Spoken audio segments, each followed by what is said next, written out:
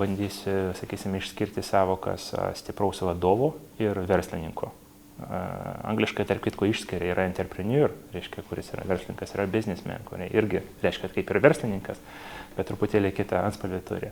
Tai iš tikrųjų geras vadovas, vėlgi toksai kaip ir priimtas pasaulyje jau formalus apibrėžimas, tai yra tas žmogus, kuris sugeba ištraukti daugiausiai energijos iš savo vadovavimo kolektyvų.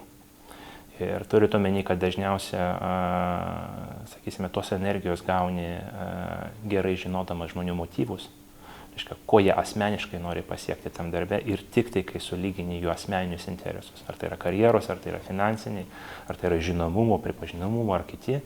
Tik tai, kai sugebi suprasti kiekvieną atskirą žmogų, sulyginti jo asmeninius interesus su kompanijos interesais, tik tai tada tu gali būti gerų vadovų. Bet vėlgi tai nieko nesako ir neturi jokio ryšio, reiškia, būti gerų blogų verslininkų. Vėlgi, verslininkas nėra vadovas, verslininkas dažniausiai pasisamdo vadovus. Vienintelė verslininko užduotis yra šiek tiek gaudytis visur, bandyti derinti naujas idėjas į kažkokius tai naujus derinius ir eksperimentuoti, rizikuojant savo karjerą, savo laiku, savo ir svetimą kapitalą.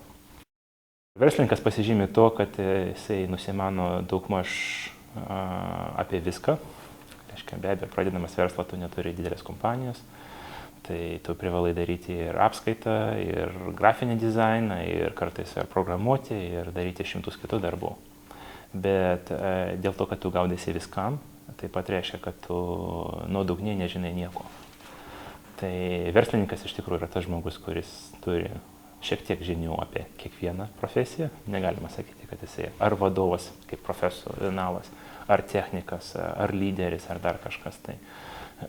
Bet iš tikrųjų, sakysime, geroji ta verslininko pusė yra, kad gaunantis daugelį dalykų, tu gali tą vertinti iš labai viršaus, tai matyti visą paveikslą, vietoj to, kad matyti atskiras detalės.